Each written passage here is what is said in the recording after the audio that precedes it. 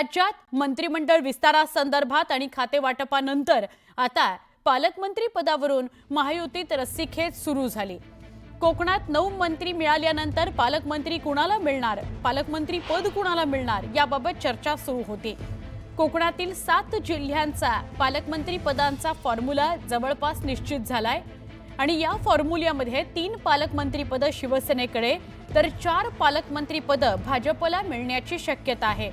ही माहिती सूत्रांनी दिली आहे। भरत गोगावले पालकमंत्री होणार हे जवळपास निश्चित आहे, तर नितेश राणे सिंधुदुर्गचे पालकमंत्री होणार असल्याची माहिती ही सूत्रांनी दिली आहे। अदिती तटकरे पुन्हा मंत्री झाल्यात, त्यांना महिला आणि बालकल्याण खातं मिळालंय।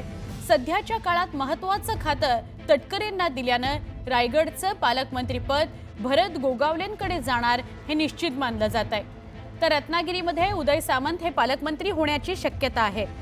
2019 मध्ये सिंधुदुर्गचं पालकमंत्रीपद रवींद्र चव्हाणांकडे होतं, मात्र ते सध्या मंत्रिमंडळात नसल्यानं नितेश राणेंकडे सिंधुदुर्ग जिल्ह्याची जबाबदारी येऊ शकते।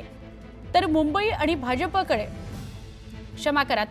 भाजपकडे आणि ठाणे शिवसेनेकडे असं असू शकतं। त्यानुसार एकनाथ शिंदेंकडे ठाण्याचं पालकमंत्रीपद आणि भाजपच्या आशिष शेलारांकडे मुंबईचं पालकमंत्रीपद येऊ शकतं अशी माहिती सूत्रांनी दिली आहे। पालकमंत्री पदासंदर्भात शिवसेना भाजपमध्येच थोडीशी नाराजी होती असं कळत होतं आणि त्याप्रमाणे आता या पालकमंत्री पदावरून शिवसेना भाजपत चर्चा झाली आहे असं कळतंय।